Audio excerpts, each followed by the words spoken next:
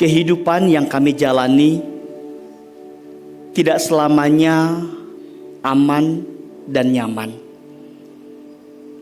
Dalam kehidupan yang kami jalani di tengah dunia ini, kami harus jujur mengakui bahwa terkadang Tuhan memberikan kepada kami gelombang, badai. Berbagai hal itu Tuhan izinkan terjadi supaya setiap kami menyadari betapa lemah dan terbatasnya diri kami. Badai hidup menimpa kami supaya masing-masing kami diingatkan untuk terus memandang kepada Kristus yang adalah juru selamat kami, memandang kepada Kristus yang adalah kepala dalam kehidupan rumah tangga kami. Badai hidup tidak hanya masalah pribadi, namun dalam hidup rumah tangga pun Tuhan izinkan kami mengalami hal yang tidak menyenangkan.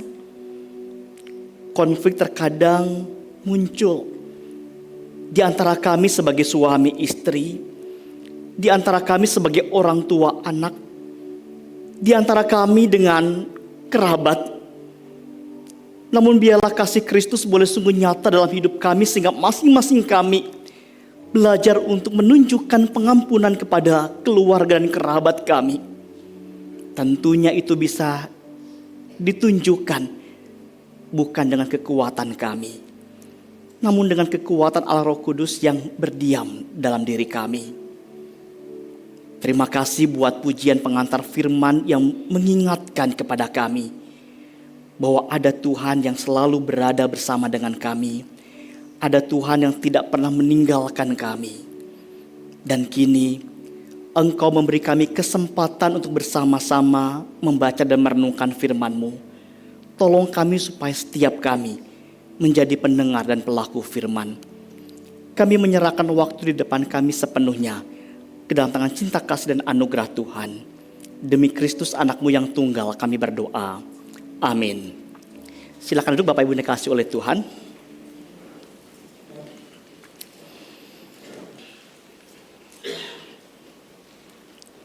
Tema khotbah kita hari ini, takut akan Tuhan sebagai dasar kebahagiaan keluarga. Bapak Ibu Saudara, sepanjang bulan Juni 2026, tema khotbah kita semua berkaitan dengan keluarga. Di minggu pertama sampai nanti minggu terakhir semua tentang keluarga, dan semua disampaikan nantinya dengan sebuah kerinduan dan harapan supaya setiap keluarga di GKK Panakukang menjadi keluarga yang berbuah dalam Kristus, Bapak Ibu Saudara. Jadi tema bulan Juni adalah keluarga yang berbuah di dalam Kristus. Dan hari ini pertama-tama kita akan memikirkan dan merenungkan sebuah topik tentang takut akan Tuhan sebagai dasar kebahagiaan keluarga. Saya mengajak kita untuk membuka Alkitab fisik maupun Alkitab elektronik kita dari Mazmur 128. Saya akan tampilkan dalam penjelasan poin, tapi untuk saat ini saya mengajak kita untuk membuka Alkitab fisik ataupun Alkitab elektronik kita. Mazmur 128, kita akan baca secara bergantian. Pria ayat yang pertama, wanita ayat yang kedua, demikian seterusnya sampai ayat yang ke-6. Mazmur 128 diberi judul berkat atas rumah tangga. Pria ayat yang pertama, 3 dan 5, wanita ayat yang kedua, 4 dan 6. Kita akan baca bersama-sama secara litani atau bertanggapan. 1, 2, ya. Nyanyian ziarah. Berbahagialah setiap orang yang takut akan Tuhan, yang hidup menurut jalan yang ditunjukkannya.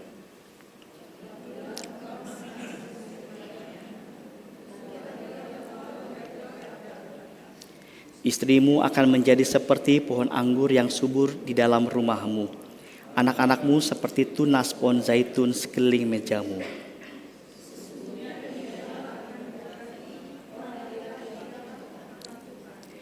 Kiranya Tuhan memberkati engkau dari Sion, supaya engkau melihat kebahagiaan Yerusalem seumur hidupmu.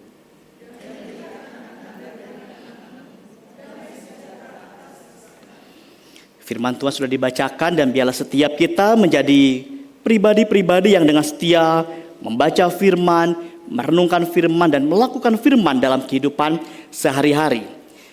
Bapak Ibu Saudara, ketika berbicara tentang kebahagiaan keluarga, dunia biasanya menunjuk kepada banyak hal. Dunia biasa menunjuk kepada rumah yang besar, baru bisa bahagia.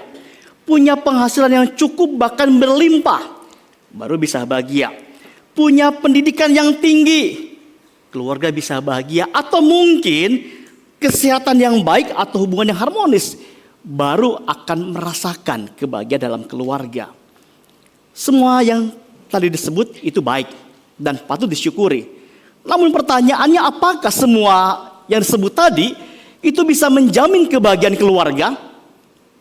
Kalau kita diajak untuk berpikir ulang dan mencoba menjawabnya, saya yakin setiap kita akan setuju berkata bahwa tentu saja jawabannya tidak menjamin.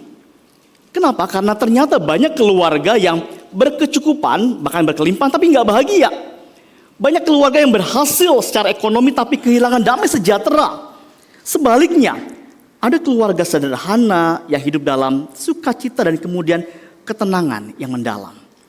Dan menarik ketika mencoba memikirkan Mazmur yang tadi telah kita baca. Mazmur 128 mengajarkan bahwa landasan utama kebahagiaan keluarga itu bukan pertama-tama terletak pada keadaan luarnya.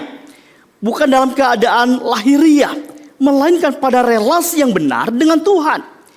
Dan pemazmur menunjukkan bahwa keluarga yang berbahagia adalah keluarga yang takut akan Tuhan. Berulang-ulang muncul istilah atau frase ungkapan takut akan Tuhan. Pertanyaannya buat setiap kita, apa artinya takut akan Tuhan?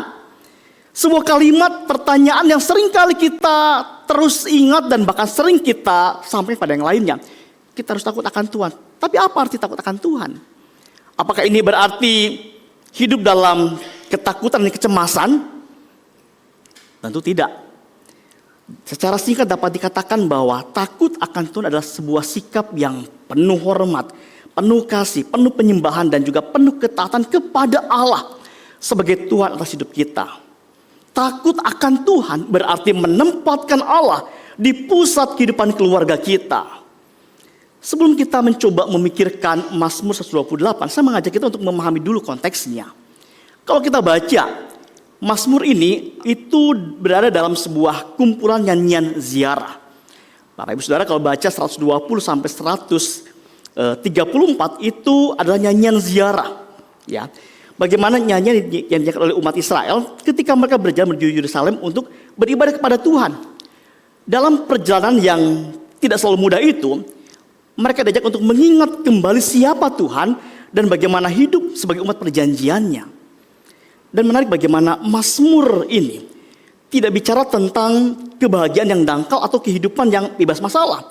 Sebaliknya, Mazmur ini mengajarkan bahwa di tengah berbagai pergumulan hidup, orang yang takut akan Tuhan tetap dapat menikmati sukacita, berkat dan damai sejahtera yang berasal dari Allah. Bapak Ibu Saudara, kalau membaca Mazmur ini harus membaca Mazmur di atasnya juga. Kan ada kaitannya. Kalau Mazmur 127 itu menegaskan seperti di ayat yang pertama, ya. Jikalau bukan Tuhan yang membangun rumah, sia-sialah usaha orang yang membangunnya. Mazmur 127 mau menunjukkan tentang anugerah Allah yang membangun keluarga. Ada anugerah Allah yang membangun kehidupan keluarga, dan di Mazmur 128 menunjukkan seperti apa kehidupan keluarga yang dibangun oleh Tuhan itu. Dengan kata lain, Mazmur 128 mau menunjukkan bagaimana pentingnya umat itu punya respons yang tepat kepada Allah yang membangun keluarga. Berulang-ulang tadi di awal dikatakan bahwa tema utama Mazmur ini adalah takut akan Tuhan. Bapak Ibu Saudara, takut akan Tuhan bukan berarti hidup dalam ketakutan terhadap hukuman Tuhan. Ya, tadi sudah disinggung dengan singkat bagaimana takut akan Tuhan itu berarti ini. Ada rasa hormat kepada Allah. Ada hati yang mengasihi Tuhan. Ada kepercayaan yang penuh kepada Allah. Ada ketaatan kepada perintah dan panggilannya. Dan juga kemudian bagaimana berjalan menurut jalannya Tuhan. Itu kata Alkitab. Bapak Ibu Saudara, Berarti takut akan Tuhan ini semestinya mendorong setiap kita untuk belajar menerapkannya. Belajar untuk menempatkan Tuhan sebagai pusat hidup kita. Dan menarik adalah bagaimana pemazmur itu tidak memulai kebahagiaan keluarga dari kekayaan, kenyamanan, atau keberhasilan dunia. Pemazmur memulainya dari hubungan yang benar dengan Tuhan. Dunia sering mengukur kebahagiaan keluarga itu dari apa yang dimiliki. Tapi Alkitab mengukur kebahagiaan keluarga dari siapa yang menjadi pusat dalam kehidupan keluarga. Bapak Ibu Saudara, sebagai orang percaya hidup di masa kini, kita perlu membaca Mazmur ini dalam terang Injil. Kalau kita melihat dalam terang Injil, kita menyadari bahwa tidak ada seorang pun yang secara sempurna itu takut akan Tuhan. Tapi lewat karya Kristus dan kuasa Roh Kudus, Allah memperbaharui hati kita sehingga kita dimampukan untuk hidup menghormati Dia dan berjalan dalam jalannya. Dengan pemahaman ini kita akan mencoba melihat bagaimana Mazmur 128 membawa kita untuk kemudian terus memandang kepada Kristus. Bapak Ibu Saudara, satu hal yang perlu kita terus pahami di bagian awal khotbah ini, kita perlu sadar bahwa takut akan Tuhan ini bukanlah akar keselamatan kita. Takut akan Tuhan adalah buah dari anugerah Allah yang telah lebih dahulu bekerja dalam hidup kita. Ini perlu kita ingat sebagai sebuah landasan kita. Bukan akar keselamatan, tapi buah dari anugerah Allah yang bekerja dalam hidup setiap kita. Kita tidak takut akan Tuhan supaya dikasih oleh Allah. Kita takut akan Tuhan karena di dalam Kristus kita sudah dikasihi oleh Allah. Dan Mazmur ini pertama-tama itu bukan tentang keluarga sebenarnya. Mazmur ini adalah mazmur tentang orang yang takut akan Tuhan. Keluarga hanyalah salah satu tempat di mana berkat takut akan Tuhan itu terlihat. Dan hari ini kita akan melihat 3 kebenaran penting. Bagaimana takut akan Tuhan itu membawa sukacita dalam hidup, membawa kehangatan dalam keluarga, dan membawa pengharapan bagi generasi. Yang pertama Bapak Ibu Saudara, takut akan Tuhan itu membawa sukacita dalam hidup. Landasannya di ayat yang pertama dan yang kedua. Saat ini saya meminta semua pria yang sudah menikah, ya, semua pria yang sudah menikah membacakan ayat ini, ya. Semua pria yang sudah menikah, yang lain mendengarkan dan menyimak baik-baik teks ini. 1, 2, 3. Berbahagialah setiap orang yang takut akan Tuhan, yang hidup menurut jalan yang ditunjukkannya. Apabila engkau memakan hasil jerih payah tanganmu, berbahagialah engkau dan baiklah keadaanmu. Bapak Ibu Saudara, poin yang pertama ini saya ingin mengatakan di awal bahwa sukacita ini bukan berasal dari keluarga yang sempurna, tapi dari hidup yang takut akan Tuhan. Mazmur ini dimulai dengan sebuah kata yang sangat indah. Berbahagialah setiap orang yang takut akan Tuhan. Perhatikan bagaimana di sini didorong untuk punya sukacita yang sejati. Kata bahagia atau sukacita ini menunjukkan bahwa orang yang takut akan Tuhan itu punya hati yang berpaut kepada Allah.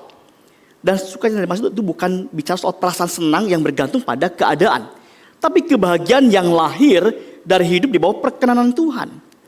Dunia terkadang mencari sukacita lewat harta, jabatan, kenyamanan. Tapi pemazmur menunjukkan bahwa sukacita sejati dimulai ketika seseorang itu hidup dalam relasi yang benar dengan Tuhan. Dari sini kemudian pemazmur mengajak kita untuk mencermati bagaimana di ayat yang pertama ini dia menunjukkan kepada kita semuanya bahwa sukacita itu lahir dari berjalan bersama dengan Tuhan. Pemazmur menghubungkan takut akan Tuhan dan hidup menurut jalannya. Artinya sukacita sejati bukan ditemukan ketika kita hidup menurut keinginan kita, tapi ketika kita hidup menurut keinginannya Tuhan. Takut akan Tuhan itu bukan sekedar pengakuan di bibir, tapi ada ekspresi yang nyata di mana selalu berusaha untuk hidup sesuai dengan kehendaknya Tuhan. Orang yang takut akan Tuhan menemukan sukacita karena hidupnya berada dalam rancangannya Tuhan. Dan takut akan Tuhan ini semestinya terlihat dalam kehidupan sehari-hari. Ada suami yang menghormati Tuhan, istri yang menghormati Tuhan, orang tua yang menghormati Tuhan, anak yang menghormati Tuhan. Setiap anggota keluarga semuanya belajar untuk menghormati Tuhan, karena semua rindu berjalan bersama dengan Tuhan.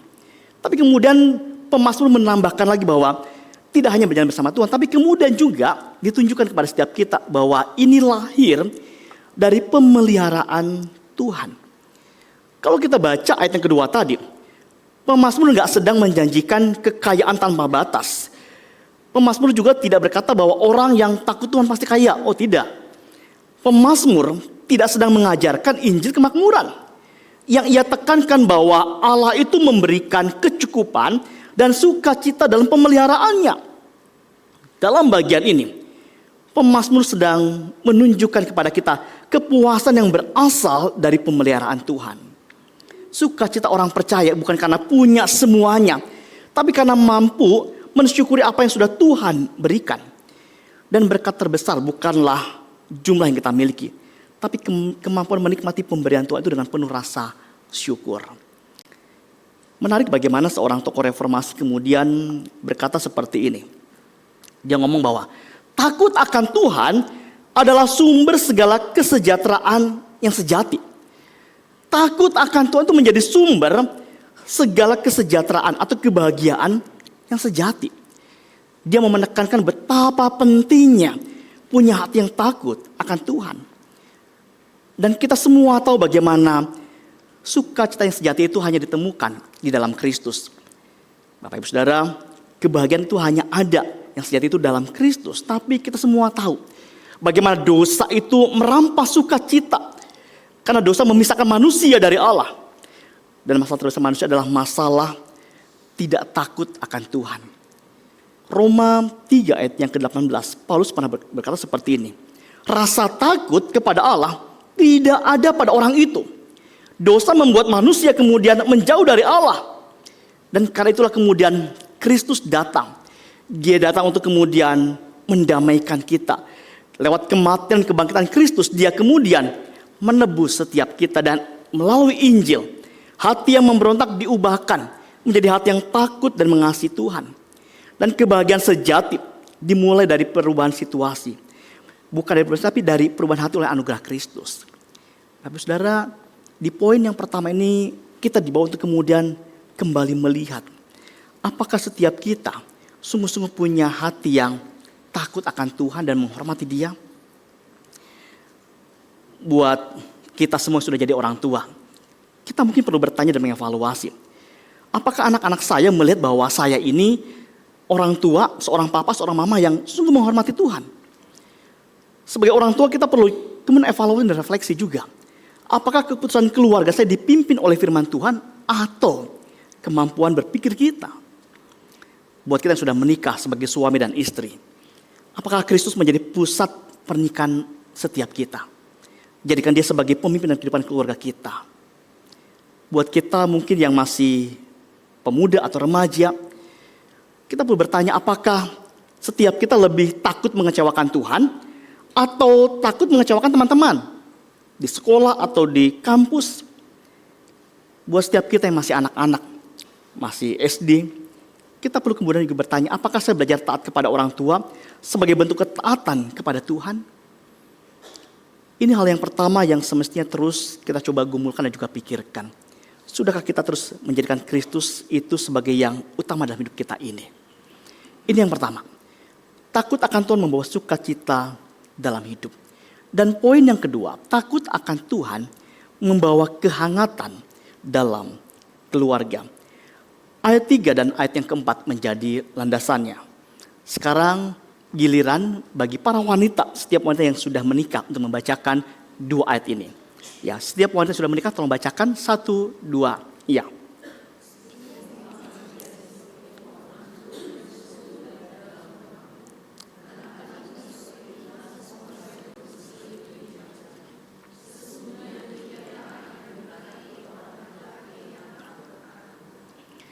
Bapak Ibu Saudara, kehangatan keluarga ini bukan tercipta karena ada metode keluarga yang baik.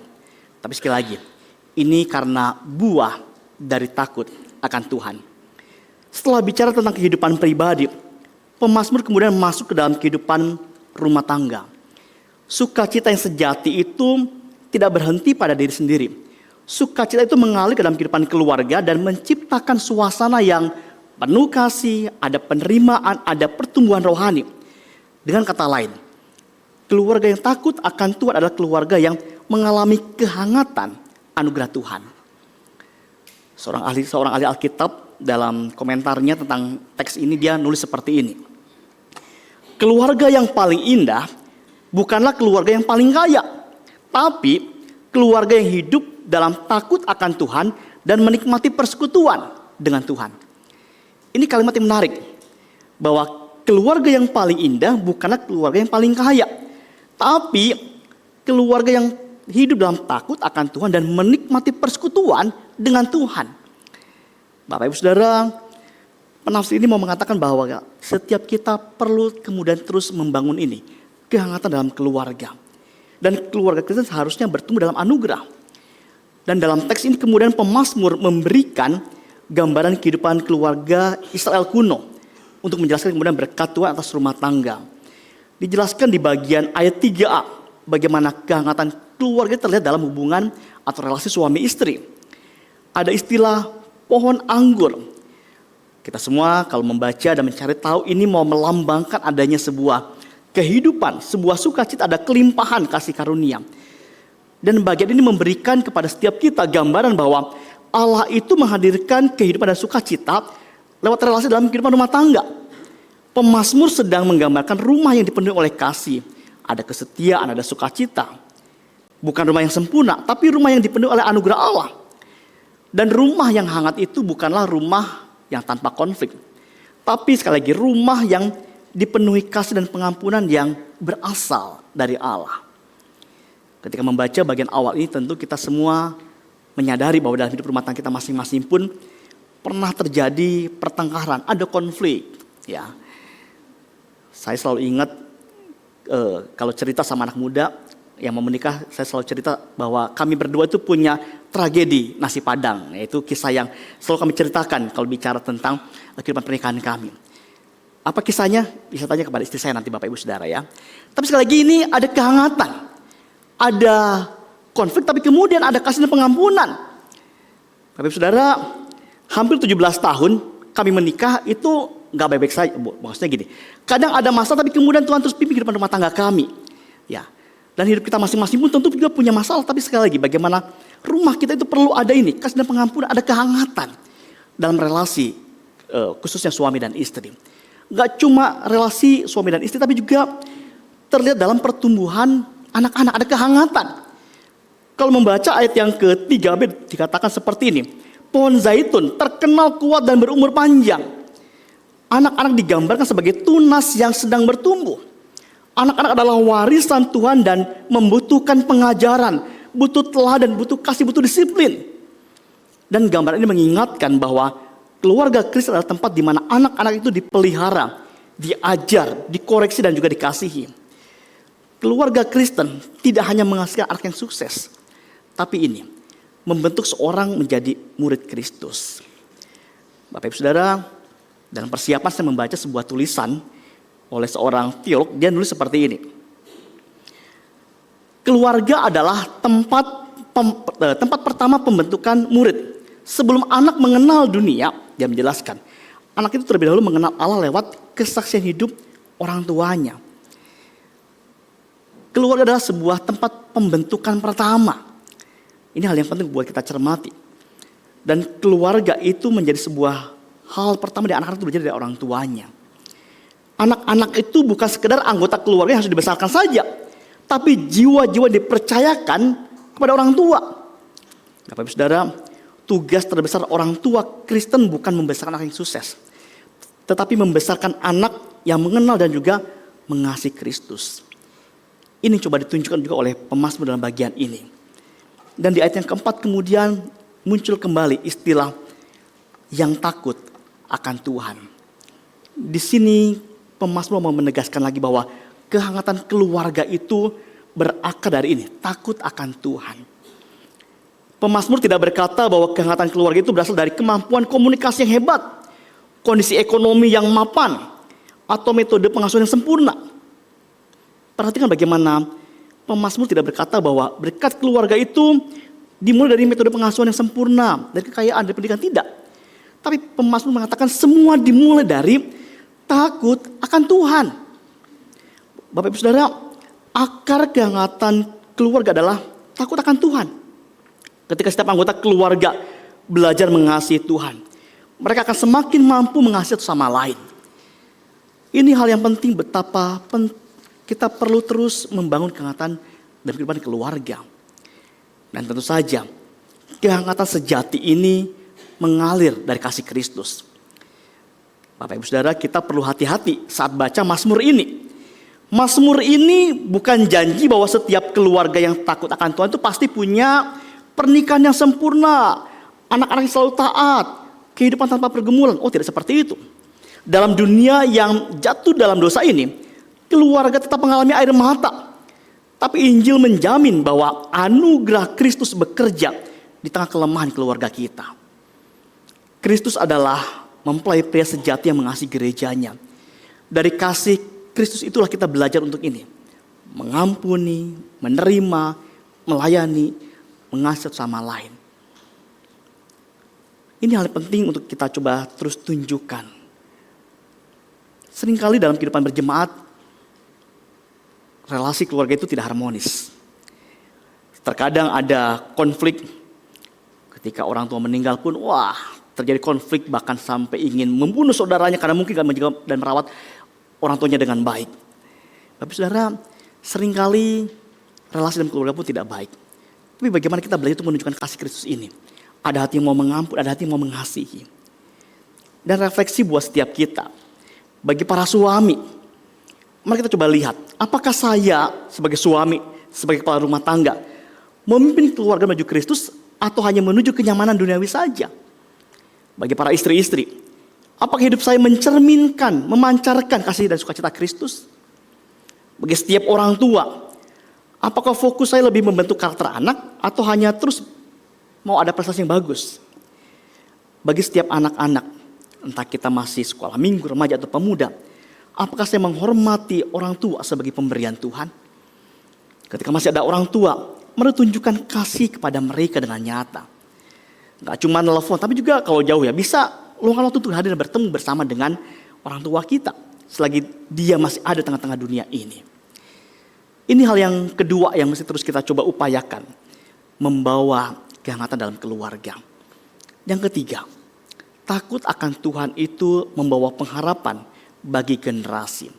Sekarang minta semua pria dan wanita dari sekolah minggu sampai mungkin orang dewasa yang belum menikah membacakan ayat 5 dan ayat yang ke-6. Semua pria dan wanita yang belum menikah, bacakan ayat ini. 1, 2, iya.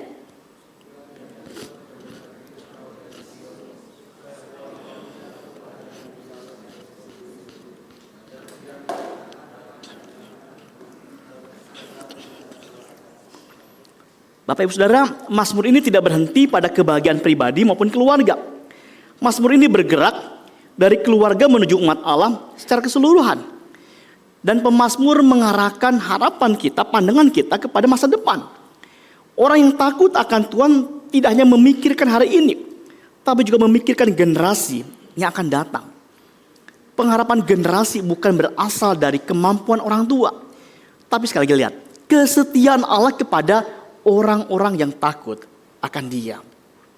Dan pengharapan itu tentu saja berakar pada pekerjaan Allah yang besar. Bapak Ibu Saudara, dalam bagian ini, dalam ayat 5 dan ke-6, pemazmur menghubungkan rumah tangga dengan Yerusalem dan juga umat Allah. Pemazmur mengingatkan bahwa keluarga orang percaya adalah bagian dari pekerjaan Allah yang begitu besar.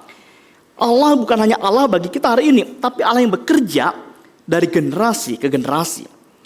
Oleh karena itu, keluarga yang takut akan Tuhan tidak hidup individual, ya, tapi hidup untuk jadi terang bagi dunia ini. Kita dipanggil menjadi terang buat dunia. Dan ada kata Sion di sini, kata Sion yang menunjuk kepada kehadiran Allah, pusat ibadah dan juga pusat perjanjian. Artinya ini menjadi sebuah gambaran bagaimana berkat keluarga tidak terpisah dari kehidupan penyembahan kepada Tuhan. Keluarga yang sehat tidak lahir dari rumah yang terisolasi, tapi dari keluarga yang kemudian hidup dalam persekutuan umat Allah. Dan istilah anak-anak dari anak-anakmu ini mau menunjukkan tentang pentingnya kesinambungan iman. Bapak Ibu Saudara, Pemazmur berbicara tentang bagaimana ada Allah yang bekerja. Dia adalah Allah perjanjian yang berkenan menyatakan kasih setianya kepada umatnya secara turun-temurun. Dan kerinduan terbesar orang percaya semestinya bukan hanya lihat anak berhasil, tapi bagaimana mereka kemudian punya iman kepada Kristus.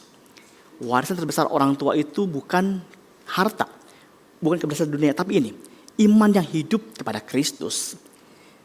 Seorang teolog, dia ngomong seperti ini, senada dengan tadi ya.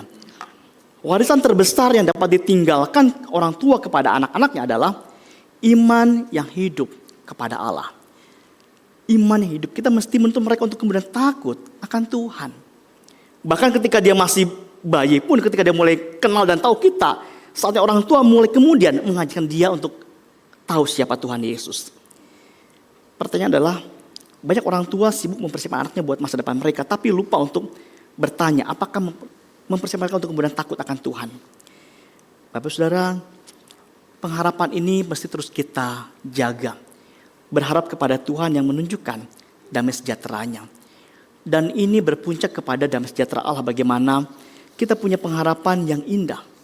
Pengharapan yang sejati. Mazmur ditutup dengan kata damai sejahtera atas Israel. Ada kata shalom yang berarti keutuhan. Ada kesejahteraan, ada harmoni, ada relasi yang dipulihkan. Istilah shalom ini menunjuk kepada keadaan ketika semua dipulihkan oleh Allah. Dan inilah tujuan dari pengharapan orang percaya. Bukan hanya keluarga yang sukses, tapi keluarga yang hidup di dalam damai sejahtera Allah. Dan penggenapan sejatinya tentu saja ditemukan dalam Kristus. Semua pengharapan manusia akan berakhir dengan kekecewaan kita. Kealahannya bergantung pada manusia, tapi Kristus adalah pengharapan yang tidak mengecewakan. Kristus adalah damai sejahtera kita karena lewat salibnya kita didamaikan dengan Allah. Kita didamaikan dengan sesama. Kita dipanggil hidup dalam rekonsiliasi dan juga kasih. Karena itu, kebahagiaan keluarga Kristen bukanlah ketiadaan masalah, tapi kehadiran Kristus di tengah masalah kita. Ini hal yang penting buat kita terus pikirkan dan lihat. Apakah setiap anggota keluarga kita terus menaruh pengharapannya kepada Tuhan Yesus. Bapak Ibu Saudara, Yesus pernah menceritakan tentang dua orang yang membangun rumah. Ya, kalau kita baca Injil Matius pasal 7 ayat 24-27. Yang satu bangun rumah di atas pasir. Yang lain bangun rumah di atas batu karang. Ketika cuaca cerah, kedua rumah itu tampak sama baiknya. Dari luar mungkin sulit dibedakan. Tapi ketika hujan turun, banjir datang, angin melanda, perbedaan menjadi nyata. Rumah yang dibangun di atas pasir roboh. Rumah yang dibangun di atas batu tetap berdiri. Saya ingin berkata ini. Orang yang takut akan Tuhan adalah orang yang mendengar dan melakukan firman Tuhan. Keluarga yang takut akan Tuhan adalah keluarga yang kemudian dibangun di atas batu karang itu. Menghidupi firman Tuhan. Ada keluarga yang dibangun di atas dasar uang, karier, pendidikan, kenyamanan atau popularitas. Selama keadaan baik semuanya tampak kokoh. Namun ketika badai kehidupan datang, ada penyakit yang gak kunjung sembuh. Ketika muncul krisis ekonomi, ketika muncul konflik rumah tangga, ketika mulai kehilangan orang yang dikasihi karena meninggal, fondasi yang salah akan mulai runtuh. Tapi keluarga dibangun di atas dasar Kristus akan hidup dan terus senantiasa kuat. Gak bebas dari badai, tapi punya dasar yang tidak tergoncangkan. Bukan karena keluarga itu sempurna, bukan karena tidak gagal, tapi karena ada Kristus yang memimpin dan juga menjaga. Bapak Ibu Saudara, Mazmur 128 menggambarkan tentang keluarga yang takut akan Tuhan. Namun ketika kita bercermin pada firman Tuhan, kita harus mengakui bahwa tidak ada satupun di antara kita atau keluarga kita yang sanggup memenuhi firman Tuhan ini secara sempurna. Kita semua telah gagal. Dalam hidup kita ada kata-kata yang melukai anggota keluarga. Ada kekecewaan yang masih tersimpan di hati. Mungkin di antara kita ada ayah yang gagal memimpin keluarga dengan benar. Ada seorang ibu yang lelah dan kadang hilang pengharapan. Ada anak-anak yang gak selalu taat. Bahkan ada keluarga yang sedang terluka oleh konflik dosa dan kepahitan. Kalau demikian, siapa yang bisa memenuhi Mazmur 128 ini dengan sempurna? Kita semua tahu bagaimana Kristus yang sanggup. Kristus adalah manusia yang hidup dalam takut akan Tuhan secara sempurna. Ia selalu berjalan dalam jalan Bapa. Dia tak sampai mati, bahkan sampai mati di kayu salib. Lewat kematian dan kebangkitannya, Kristus tidak hanya memberikan teladan buat keluarga kita. Dia memberikan hati yang baru. Dia mengampuni dosa kita. Dia mempersatukan kita kembali dengan Tuhan, dan lewat Roh Kudus Dia membentuk keluarga-keluarga yang baru untuk hidup bagi kemuliaan-Nya. Jadi, pengharapan keluarga Kristen itu bukan karena kita cukup kuat membangun keluarga yang ideal atau bahagia. Tapi ini, karena Kristus yang terus bekerja, memperbaharui keluarga kita oleh anugerah-Nya. Bapak Ibu Saudara, semua karena Tuhan. Semua karena Kristus.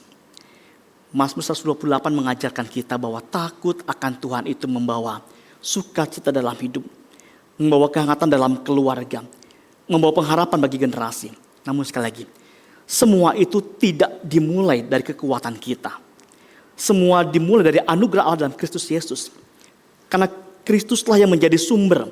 Dialah sukacita, kasih juga pengharapan yang sejati itu. Bapak Ibu Saudara, firman Tuhan hari ini bukan mau berkata, jadilah keluarga yang hebat atau bangunlah keluarga yang sempurna. Tidak. Firman Tuhan di Mazmur 5 mengatakan, datanglah kepada Kristus, tinggal dalam Kristus. Bangunlah keluarga di atas dasar Kristus. Dan ketika Kristus menjadi pusat keluarga kita, Roh Kudus akan terus membentuk kita untuk hidup dalam takut akan Tuhan, sehingga keluarga kita menjadi alat kesaksian Injil, menjadi berkat bagi sesama, dan juga bisa memuliakan nama Tuhan. Bapak Ibu Saudara, sebagai penutup, keluarga yang berbahagia bukanlah keluarga yang bebas dari masalah, melainkan keluarga yang bersama-sama belajar takut akan Tuhan dan bersandar kepada anugerah-Nya setiap hari. Pertanyaan penutup buat setiap kita, apakah keluarga kita masing-masing semakin mengenal Kristus, semakin mengasihi juga menaati Kristus? Bapak Saudara, secara pribadi saya bersyukur untuk keluarga yang Tuhan berikan. Secara khusus selama 17 tahun menikah, ya, Tuhan terus pimpin, dan pasangan saya mendorong saya untuk kemudian juga, atau kami sama-sama untuk ini, mencoba untuk semakin mengenal Kristus, mengasihi dan juga menaati Kristus. Dan biarlah kita pun sama-sama juga belajar seperti firman Tuhan ini nih. Belajar untuk menjadi keluarga yang bersandar sepenuhnya kepada anugerah Tuhan setiap harinya. Dan biarlah kita semua terus berjuang untuk mewujudkannya. Sekali lagi, bukan dengan kekuatan kita, tapi dengan kekuatan dari Allah Roh Kudus. Amin. Mari kita berdoa.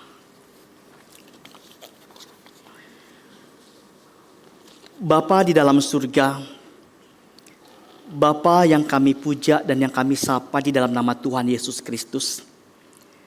Terima kasih untuk kesempatan yang Tuhan berikan di mana hari ini kami boleh membaca dan merenungkan bagian firman Tuhan dari Mazmur 128. Mazmur yang menolong dan mendorong setiap kami untuk punya hidup dan hati yang takut akan Tuhan. Namun kami harus jujur mengakui di hadapan Tuhan bahwa sebagai anak-anak-Mu, kami terkadang gagal untuk bisa punya hidup dan hati yang takut akan Tuhan. Sehingga kemudian kami gak bisa membawa sukacita dalam hidup, gak bisa bawa kehangatan dalam keluarga, gak bisa membawa pengharapan kepada generasi berikutnya. Tuhan, tolong kami yang lemah dan terbatas ini, supaya Roh Kudus yang memampukan setiap kami untuk menjadi pelaku firman. Ingatkan ya Bapa, supaya masing-masing kami secara pribadi boleh sungguh-sungguh mengenal juga percaya kepada Kristus, dan sungguh-sungguh hidup di dalam Kristus. Ketika kami hidup sungguh-sungguh dalam Tuhan Yesus, itu akan terpancar dalam kehidupan keluarga, dan keluarga kami yang lain pun juga akan sama-sama didorong untuk kemudian juga datang kepada Kristus. Terima kasih ya Bapa, mampukan dan tolong setiap kami supaya sungguh masing-masing kami menjadi pendengar dan pelaku firman. Demi Kristus kami berdoa dan bersyukur kepada Bapa di surga. Amin.